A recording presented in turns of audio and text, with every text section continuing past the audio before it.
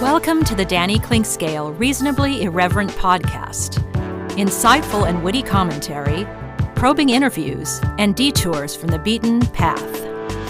Welcome to Monday Musings-Danny SportWrap. It's a holiday edition. It's brought to you by Dillon's Heating and Cooling. Make sure to check in with Jeff and his fine crew for all your HVAC needs. It's real hot, so that's something to think about.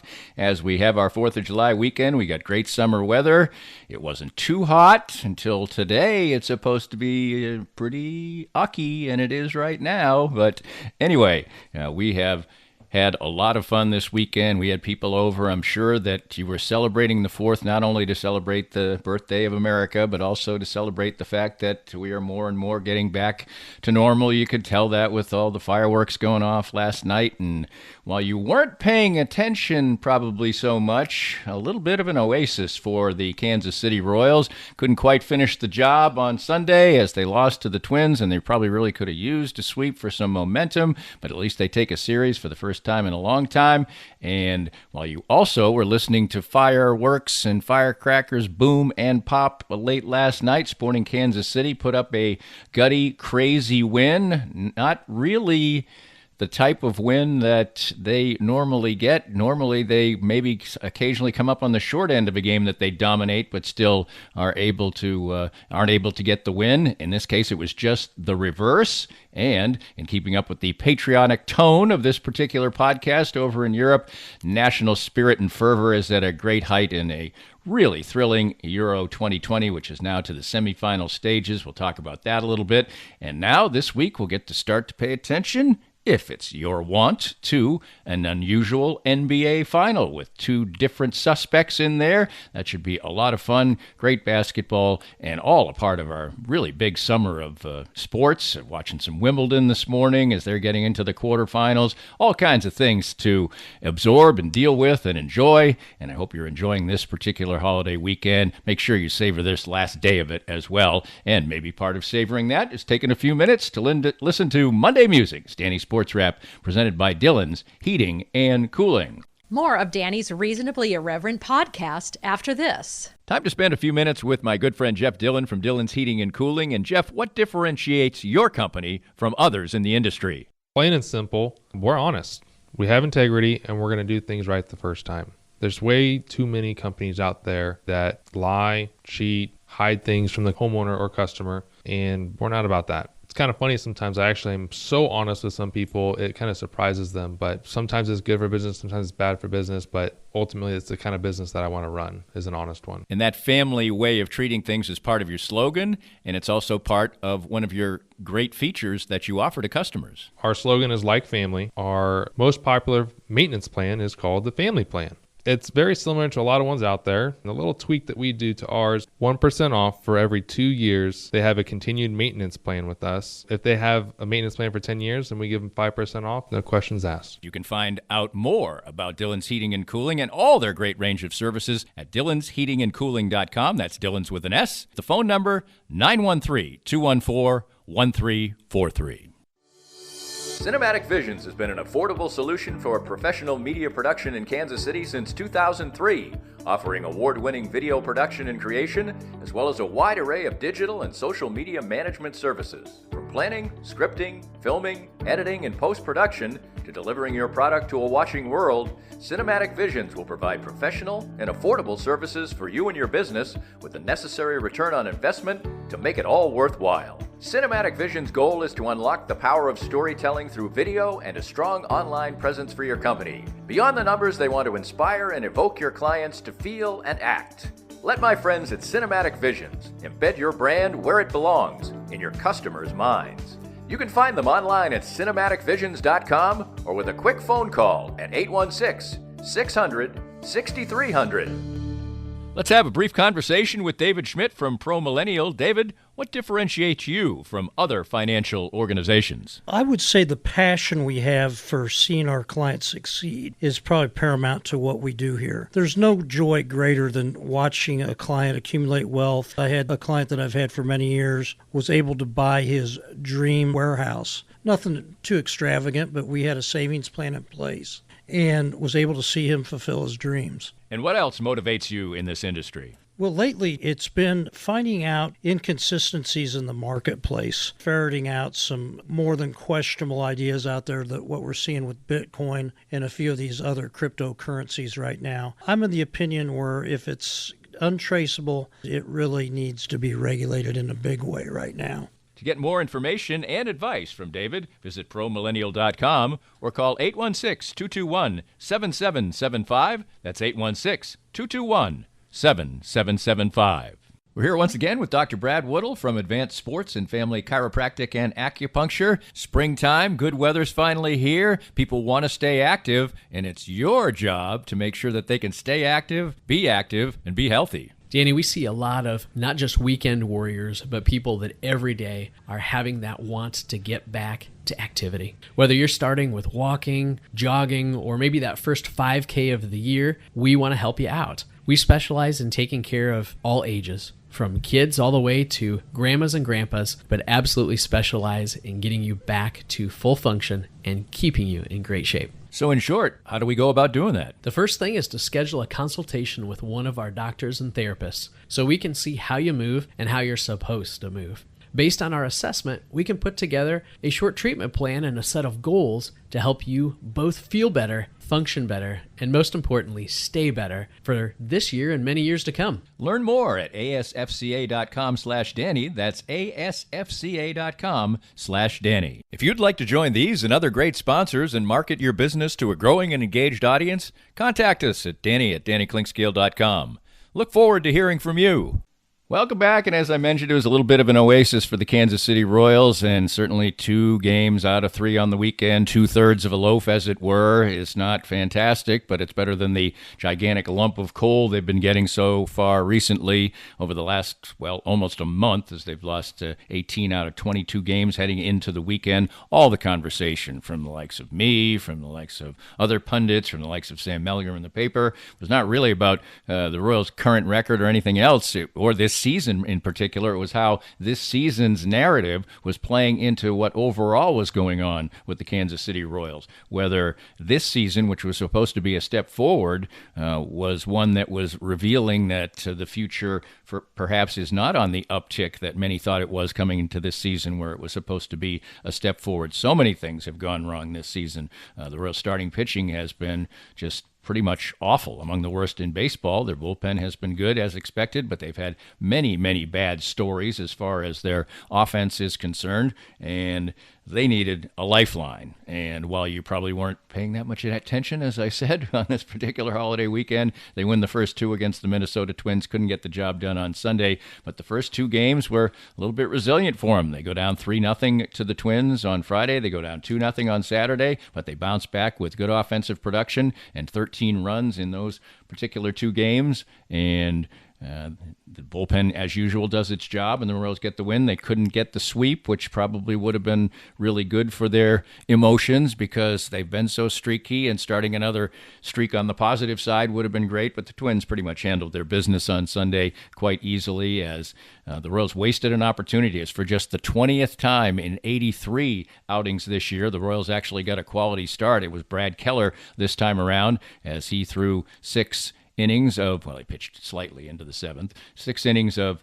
2-run ball, and the Royals were at that point down 2-0 because they'd only managed 2 hits in the game thus far, and the Twins were well on their way to a 6-2 win. Richard Lovelady couldn't get the job done out of the bullpen, not all the time, or you're going to get seamless work out of the bullpen, and the Royals would fall by a count of 6-2. But still, it was their first series win since the last day of May and the first day of June, when they took a 2-game sweep against the Pittsburgh Pirates. And so that's something anyway. And now they finish off their homestand starting today on this holiday with the Cincinnati Reds, and hope to take advantage of this 3-game series before they hit the road against the Indians, who have been slumping of late. And the Royals just hope they don't find their footing for their 4-game 4-game series in that particular way.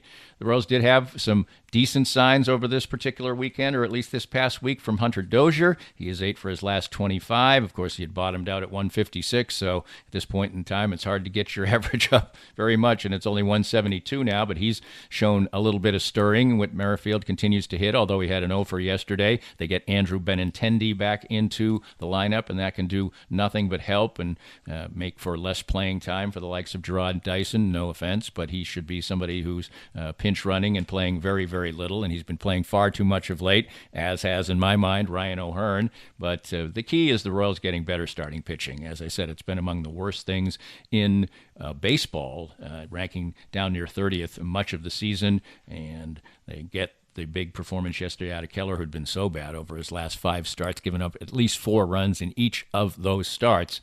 But the only good news circling around the Royals of late has been the fact that Sal Perez will be in the home run derby, and he will, of course, be an all-star once again, as the Royals are likely to be a one all-star team this particular year, and deservedly so, I guess.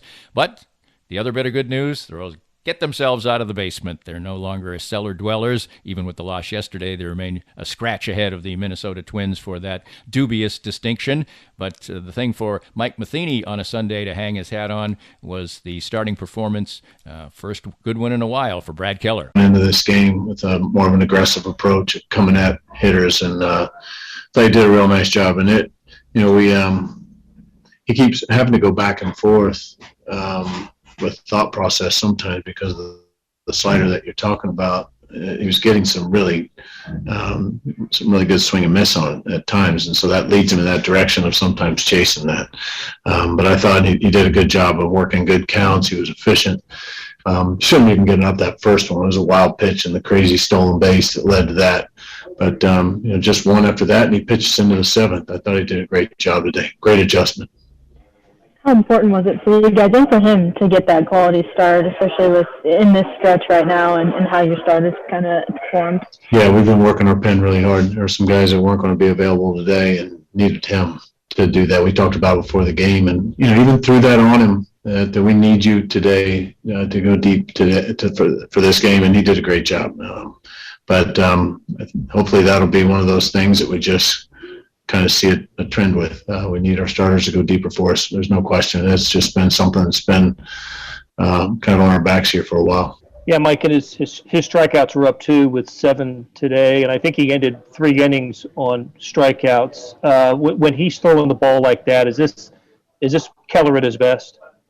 Yeah, but I'm not going to get too excited about the strikeouts. There's times when he's going to need it, but I think it can sometimes get in his way, unfortunately, to where then he changes his approach. I think he's going to see it's an and proposition to where when he attacks, he's controlling the strike zone, which then puts him in position to where he will naturally have more strikeouts instead of trying to chase the strikeout from the beginning with marginal pitches or strike-to-ball pitches. And I just truly believe that that's the kind of pitcher I'd like to see him even trust his sinker more. He's got so much movement, and his 4-seamer's got movement too. So it's still he's working, he's getting better, he's learning. Today was definitely a step in the right direction. And Mike, what did you see on that crazy stolen base? Yeah, I mean we're in a heavy shift, and it's a gutsy play, and you just got to trust that you're not going to get spotted by the pitcher early. Brad's locked in on a sign, and they took advantage of positioning. Mike, what can you say about the defensive performance from Ryan O'Hearn out in right field today? What do you think of him? Yeah, 2 nice catches, going back nice, and the coming in late. He'll come through. He's been working hard, and that's one thing. This guy's never going to. There's never going to be a question about Ryan. He works, and he knows right now with Carlos at first base, there's not going to be a lot of repetitions at first base. He's either going to be in the DH spot, or he's going to have to prove when he gets opportunities like today that right field is going to be an option. So he's getting better. The more repetitions he gets, the better he's going to be. Really nice swing there late, too. Watch the ball jump off his bat the other way. Great swing. To get that start from Keller, how tough has it been to have the offense kind of stifled with Maeda throughout that game? I mean, he was pretty good. You're talking a couple singles in the second and nothing for a long time until Dozier squeaks out an infield hit. I mean, he was kind of what we thought he was going to do. I mean, he just keeps you off balance. He's got a good mix with the slider. He'll sneak the fastball in, but that split was very effective today, especially the lefties. He made pitches when he had to, stretched the zone well, and didn't give us a lot. And the mistakes he made, we didn't jump on.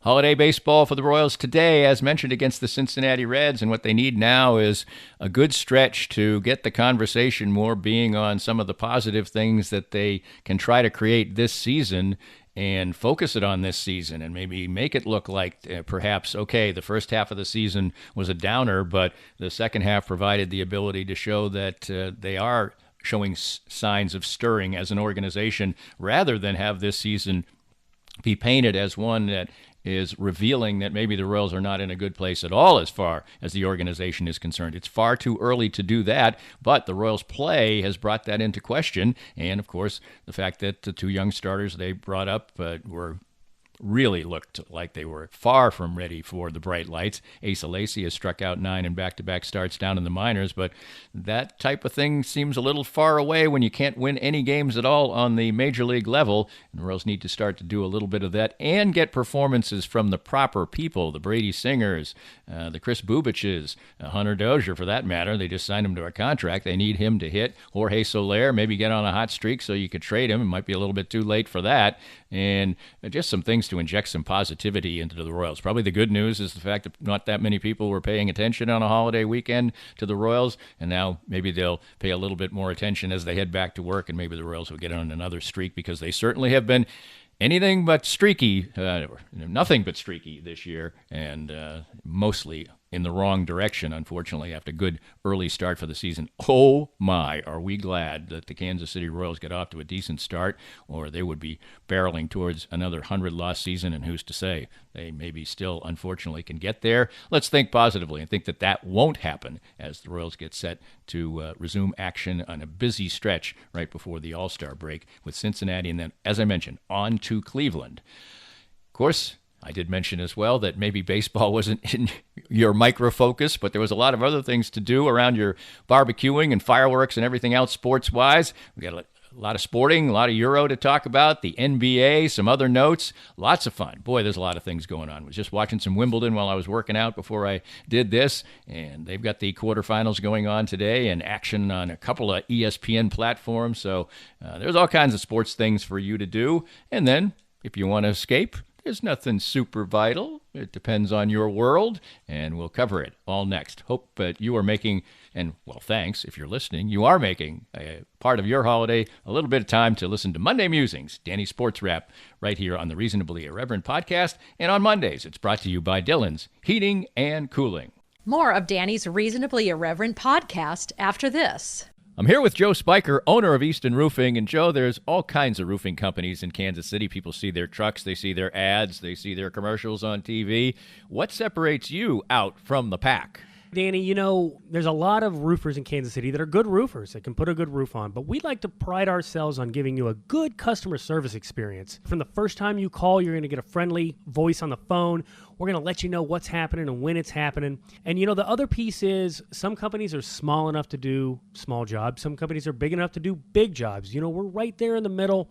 We can handle the little stuff. We can handle your repairs all the way up to your big commercial roofs. So what's the best way for folks to get in touch with you at Easton Roofing?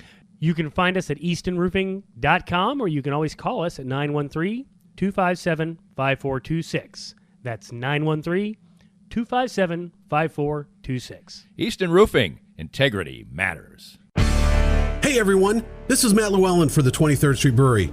Thank you so much for supporting local restaurants, especially through this pandemic. And you know what? We're almost through it. At the 23rd Street Brewery, we've brought in a few more tables. You can wear a mask if you want, or not. It's your choice. Other than that, we're open 11:30 every single day. So come see us at the 23rd Street Brewery in Lawrence. Most of us have experienced auto accidents, and it's no fun. And even less fun is trying to work on the insurance aspects afterwards and getting full value after an auto accident. I'm here with David Cowan from RecExpert.com. And David, you have an unusual and important niche for people after an auto accident. We have a passion to teach car wreck clients what they deserve. Getting your car repaired only fixes the damage and the paint. Getting paid for your car's loss in value is called diminished value. Chances are you've never heard of this before because most people aren't looking out for you. We help people collect thousands to tens of thousands of dollars for their car's loss in value after the wreck. And if somebody wants to come to you for that, what's the original assessment cost them? We offer a free review of any insurance claim to see how we can help. You can't beat that. Great expertise and assistance in getting full value after an auto accident from David Cowan. Visit RecExpert.com and learn more. We're here with Michael Barber, the CEO and founder of Microlight Corporation of America, the world leaders in laser therapy. And Michael, tell us a little bit about your product. Our device is using a particular wavelength and power to reduce pain and swelling. My background is surgical lasers, but I've been involved with this particular device now for about the last 20 years, actually. And I know that it works because I've had it used on me as well. And tell us about the relationship you have with your company and Canaway. It's what I call a strategic business relationship in that Canaway, the leader in the field of the cannabinoid systems and CBD oil, but our device used in conjunction with Canaway CBD oil gives a better pain relief outcome for the patient. And if you want to get that pain relief outcome like I did, you can reach their local representative, Sherry McCants, at 515-208-6312. That's 515-208-6312. If you'd like to join these and other great sponsors and market your business to a growing and engaged audience, contact us at Danny@DannyKlinkscale.com. Look forward to hearing from you. Welcome back, and I'm sure Peter Vermees wouldn't want to characterize it in this way. And in fact, you're going to hear from him in a minute. Nobody really asked him in those terms, but in soccer there's a term called smash and grab, and that kind of means basically what happened in last night's game. Sporting Kansas City was outplayed throughout much of the game, drastically so in the first half, but they were able to keep the LA Galaxy at bay. LA playing with a lineup that didn't include several regular players who were off on international duty, and the last-second loss before the game to the league's leading scorer, Chicharito, who was held out for precautionary reasons after he tweaked a calf during his pregame warm-up, and he had a calf injury last year, so they were being extra careful with that. So Sporting, in all likelihood, should have been maybe the favorite in this game, even though it was on the road in front of a pretty boisterous crowd in L.A., and L.A. played like a team that was playing in front of a boisterous crowd. They controlled the action, crisp passing. They had Sporting on their heels really all the time in the first half. Tim Melia was forced to make 5 saves of a season-high 7 saves that he would make in the game, a couple of the really strong variety, and he'll come in for a great praise from Peter Vermees here in a minute. But Sporting eventually able to break through with a couple of guys who could really use a smile and to see the back of the net flicker, and that's Johnny Russell, who has played some good soccer this year, providing opportunities for others in and around a nick or two, and getting some opportunities for himself that he hasn't been able to finish. But finally, in the 81st minute, just as you're about to think, boy, I hope Sporting can at least pull out a point in this particular game, because even though Sporting gained their footing a little bit in the second half, it was still LA that was controlling the action, no doubt about that. But a turnover in their own end by L.A. On a nice play by Gutierrez. He sets up Johnny Russell. Russell fires away. It's a fine save by the L.A. keeper, but then a cheeky little header on the rebound over the top of the goalkeeper and into the net for Russell's first goal in his last 21 games. Gives Sporting the 1-0 lead, and then a little bit later on, as L.A. was pressing for a tying goal, a breakout by Kyrie Shelton, and he gets his first goal of the year as well, and Sporting wins it 2-0, and you'd have to say that this was one of the games that Sporting sometimes see against them, where the run of play is all Sporting and then the other team scores. Now this year, Sporting has been able to overcome those situations for 5 come-from-behind wins. But a lot of times in soccer, if you don't take advantage of your opportunities, the other team strikes, then you are going to lose. Well, in this case, L.A. did lose, and I was reading the L.A. paper today and reading about this particular game, and their coach, Greg Vanney, and they've played well this year. They were in third place entering the game, thought that maybe they had played their best game in this particular game, but it just didn't go their way. It did go Peter Vermees' way, and he was tickled to have his team show the perseverance they needed to hang in there and eventually grab all 3 points. It was one of those games where you had to dig deep. LA was good. They were organized. They found good moments to really press the ball. It was a really difficult game for us. It was one of the more difficult games we've had to play. But one of the things that our guys did tonight was they were stingy as well. I know that there's a chance here or there, but we had chances here or there as well. And that's what happens in the game. But we didn't lose ourselves, and we found a way to not only keep a clean sheet, but get that first one, and then they actually stayed very committed on the first one after Fontas hit the post on that corner kick that we flipped to the back post. We stayed in the game. We get the goal, and then to finish them off with the second goal was was very mature of the guys. Really, really good in that they dug deep. And then with missing some guys to international and injury and all that stuff, getting Johnny on the scoreboard, getting those guys involved in the action and getting their accounts opened, how much does that play into the season? Yeah, very important. I think it's also very important mentally for us to be able to go away, feeling good about our performance, getting a good result, and having a break for the guys to get well rested, both physically and mentally.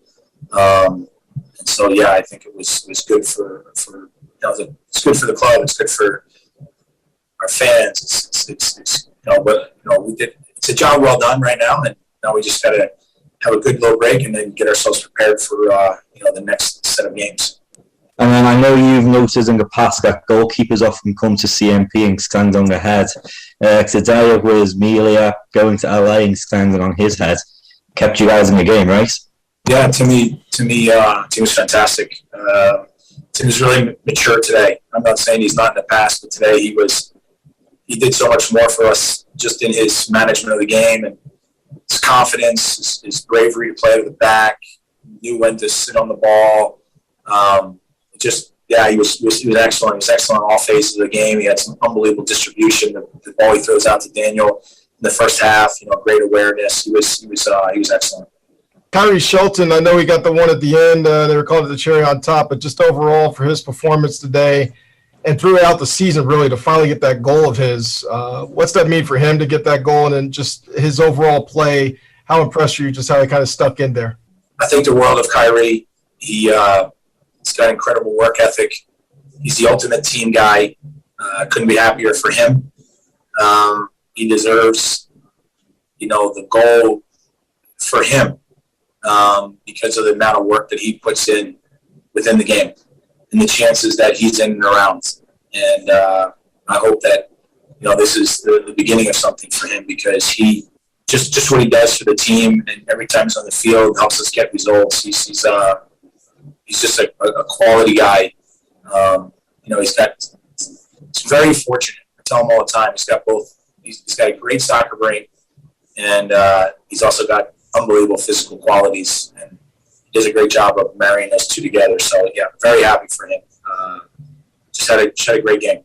And just a point of clarification: when you go into the halftime with only one shot, none on goal, compared to what the Galaxy were doing.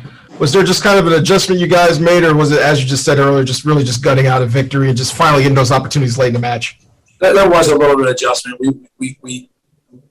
They were playing a really high line, so we wanted to be a little bit more direct in the second half, which I think started to open them up.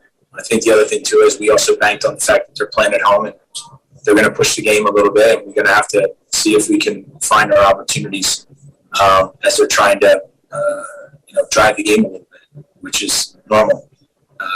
But we were a little bit more direct in the second half at moments, and then other times we were really good on the ball. I thought, to your point, I thought in the first half what we did was I think that we took a little steam out of them with as much as we moved the ball.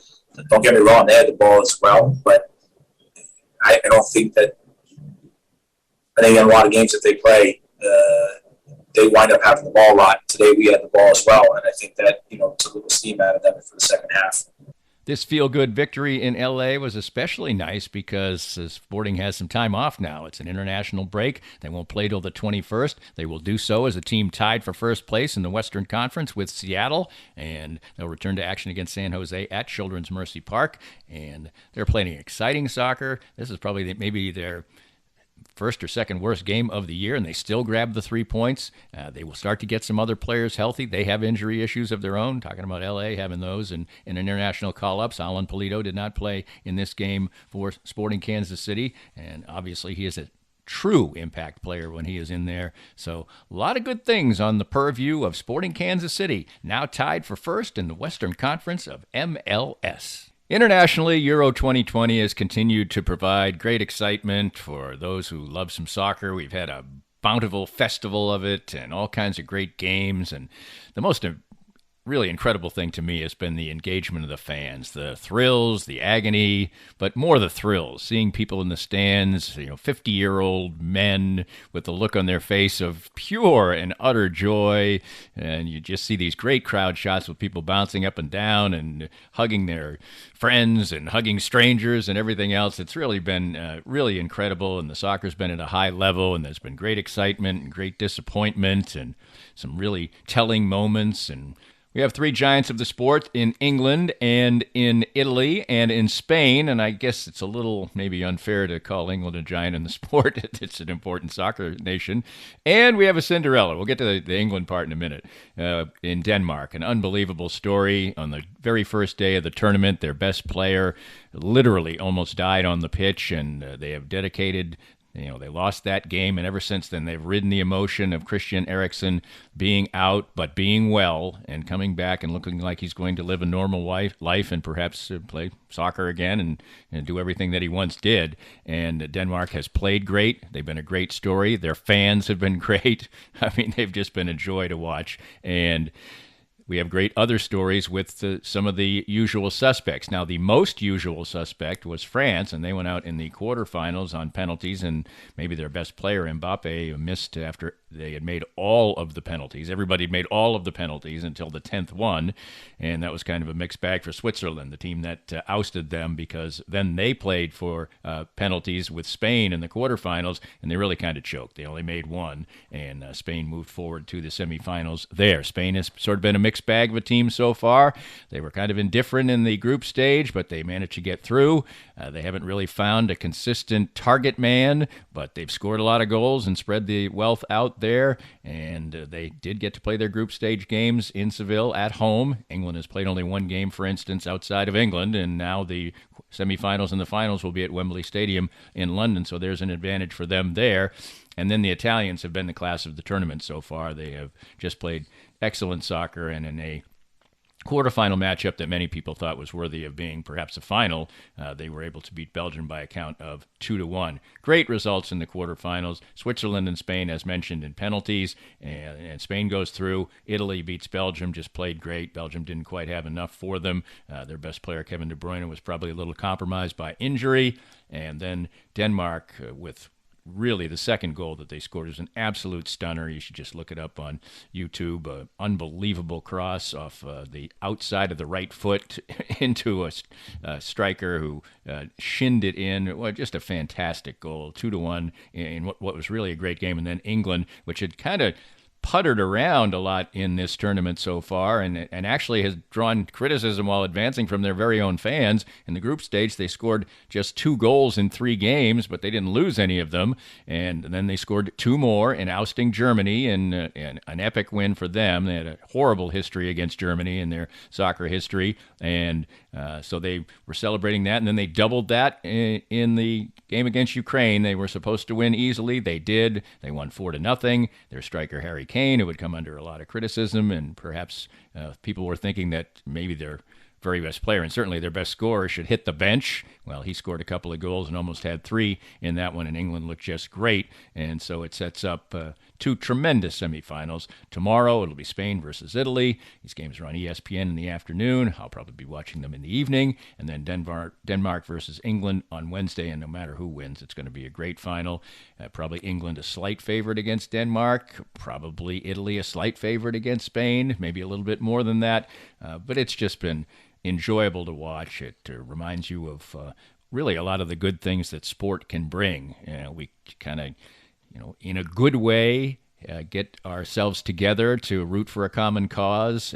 In the case of Denmark, the entire soccer world has kind of rallied around them. And basically, I think most people, except for England fans, and there's a lot of them, will be rooting for Denmark and their great Cinderella story. And not that they're not a good team. They are. But when you look at the four, Spain, Italy, England, Denmark, who doesn't belong there? Well, that would be Denmark, especially without their very best player, who they've played with without the entire tournament. And, of course, it all adds up to Sunday.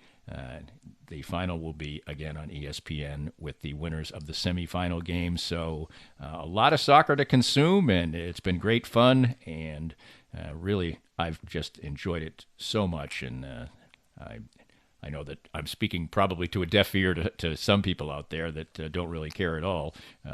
And subsequently, let's move on to something that probably has a little divergence in the sports world as well, and that's epic interest in the NBA. And we have a finals now, and it's an unusual finals.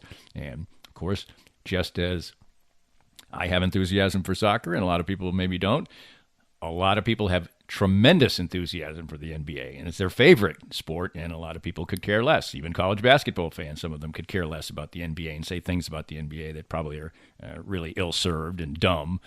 But we have some great stories this time around in the NBA Finals, and really it's because the NBA season has been absolutely ravaged by injury, and this Finals will be impacted by injury too, as the Phoenix Suns, who have never won a championship, play against the Milwaukee Bucks, a team that hasn't won a championship in over 50 years and has only won once. And again, injuries at the heart of it. Chris Paul of the Suns appears to be getting back to better health, played well in the fourth quarter of the clinching game, and his hand has had time to rest. But besides that, Phoenix is pretty healthy, but not so necessarily Milwaukee, as Giannis is maybe going to play, but Chris Middleton has been so fabulous, 23 points in the third quarter of the clinching game on Saturday against the Atlanta Hawks. And, of course, Atlanta was compromised by not having Trae Young for 2 games, and then he played in the final game, but certainly was compromised by injury. Just about every team that's out of the playoffs could point to injury as a reason that they did not succeed in this particular NBA season. But what we usually get in the NBA are teams that were real big boys and reputation teams all season long with the biggest stars in the game. And now we have one of the biggest stars of the game, and we don't even know if he's going to play in Milwaukee. And then we have an upstart team with a coming one of the biggest stars of the game, and that's Devin Booker. And so it should be a great NBA Finals and a different NBA Finals.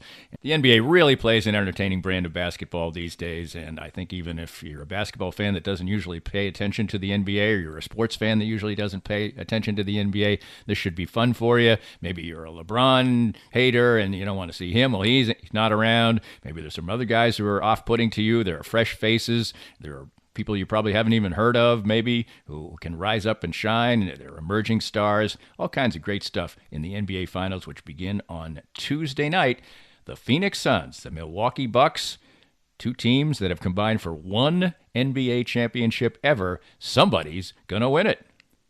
And that'll do it for another edition of Monday Musings, Danny Sports Wrap. It's brought to you by Dillon's Heating and Cooling. And go see Jeff and all his buddies and the good people at Dillon's Heating and Cooling for all your HVAC needs, which right now probably are more in the area of air conditioning. But you have to look ahead. You always have to be prepared.